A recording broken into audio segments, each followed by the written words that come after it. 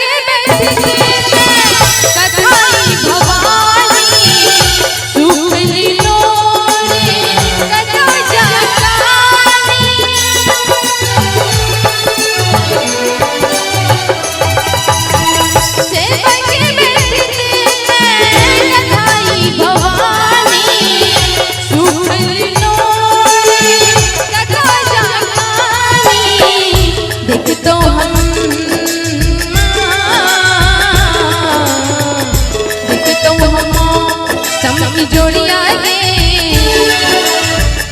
देखतो हम समय जोड़िया गे अखन ताली बजते कहल गेल छै कि ना सर झुका के जियो ना सर कटा के जियो कि ना सर झुका के जियो ना सर कटा के जियो अगर जीना है तो थोड़ा सा ताली बजा के जियो तो बजा दीजिए ना कि जकी रात तो तकले भइल नजरिया गे जिंदगी जोड़ी भोगले जकी रात तो तकले भइल नजरिया गे